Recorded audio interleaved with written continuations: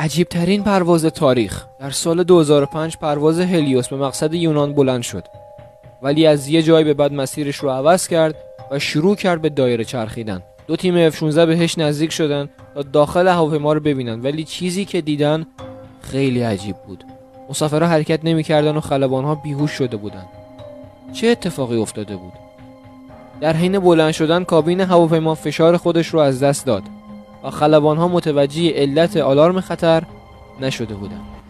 و همین مسئله باعث شده بود به علت کمبود اکسیژن مسافرها و خدمه بیهوش بشن. فقط یک نفر از خدمه پرواز به نام آندریاس پرومو که نامزدش هم در هواپیما بود بیهوش نشده بود. اون از جاش بلند شد و رفت جای خلبان نشست، ولی نه تجربه پرواز داشت و نه سوخت کافی برای پرواز. خیلی نگذشت که هر دو موتور هواپیما خاموش شد و هواپیما سقوط کرد. تمام 121 نفر مسافر و خدمه هواپیما کشته شدند.